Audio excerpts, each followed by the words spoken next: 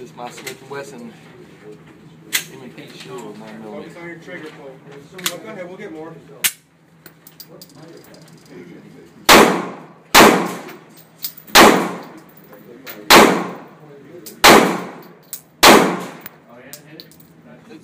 You must have changed your aim. Generation Glock. Oh, you got all the other ones. You got 4 of them right here. 5 rounds. You got 1, 2, 3, 4. That's a really good grouping. So whatever you did between here and there, be consistent afterwards. I don't know if you tried to aim here because these